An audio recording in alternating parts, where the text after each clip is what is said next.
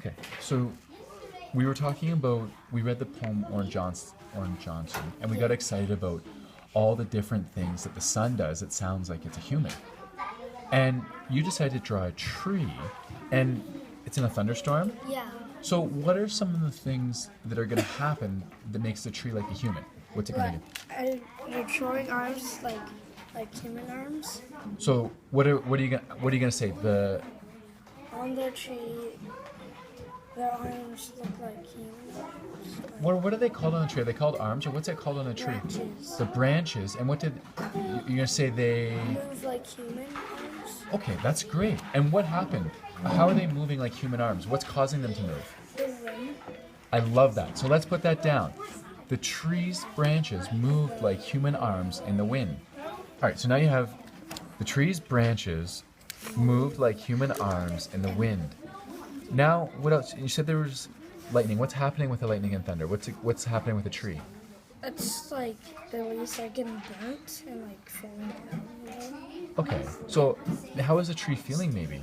It hurts. I'm sick. So the lightning hits the tree It makes it sick. and makes it sick. Okay, so that's a great one. The lightning hits the tree. Now remember, let's go back for one thing. Remember when we were looking at our poems, and we looked at different things we did, and it had a pattern for where it starts. So this was one thing we said about the tree. Where do we want to start our next line maybe in a poem?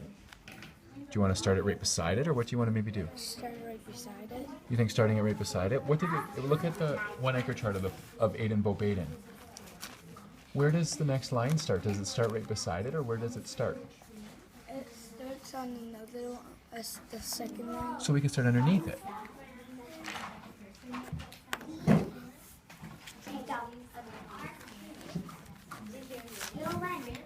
So the lightning hits the tree. Now, could the lightning say something? What could it say? Come here, tree. Or sorry, could the tree say anything when the lightning hits it? What would you say if the lightning hit you? Ow. There you go. The lightning hits the tree. And how would you say ow? Do you know what? Ow. Like. And the tree screams ow? Yes. So the lightning hit the tree and the tree screamed ow. And then we could say it, and then you could go on to say your part where the tree was not feeling so well. All right, you have some great ideas, and I really like the way you made this tree sound like a human. Okay, so I'm looking at your picture, and you're doing so you did a tree too, and some lightning and some thunder. So can you tell me what you wrote so far? The tree went when the thunder came and the lightning. Okay, so now I know it's scared. And then what's it gonna say? I need to run away to the forest to hide. Could we say, said the tree? Said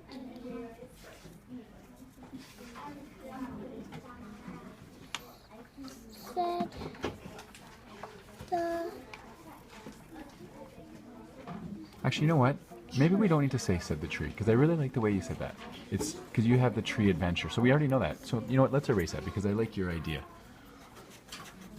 So I need to run to the forest to hide. And you know what I really like?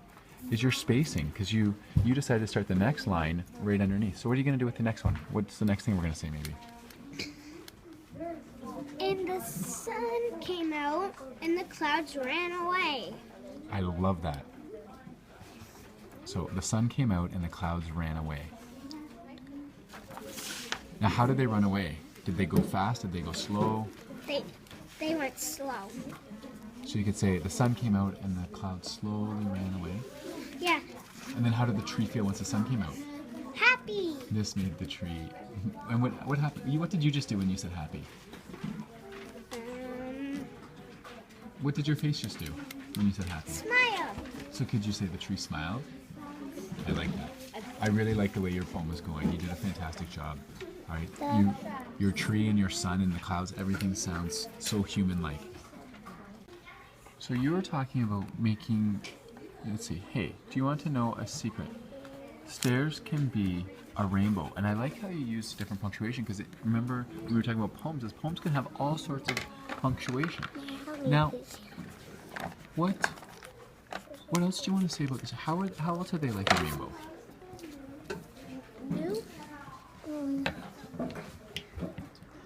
What do the stairs do? Well, let's take a look at your stairs.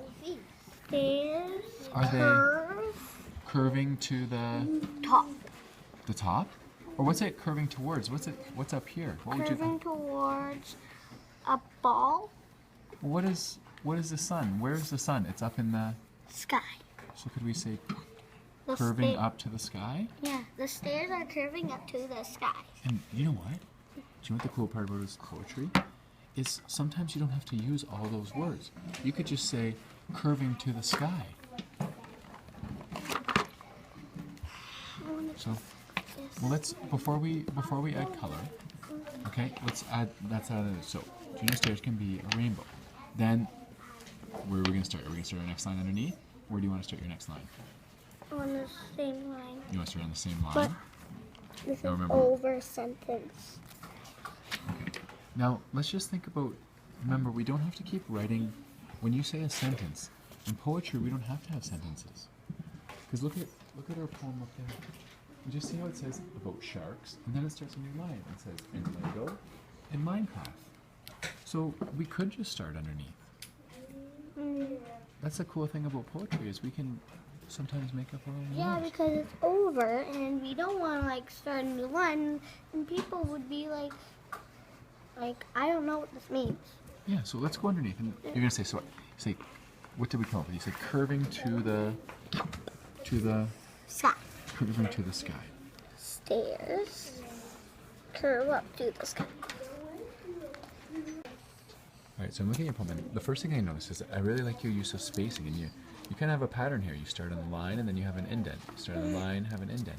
So I really like the patterning that you used from some of the poems that we saw. So now let's see. Whoosh, whoosh, went the fan, blow around like a human head, and blow like a human breathing, sending air to cool you down. The stand looks like a long stomach, and the other four stands are like legs. Now I'm wondering, when you drew the four stands on the bottom of the legs up here, do you know what one of the neat things about poetry is when you're writing this, you have four stands are like legs. You could say four stands as legs.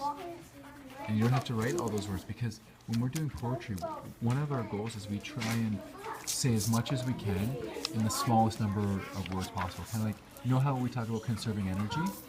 In poetry, sometimes we conserve words.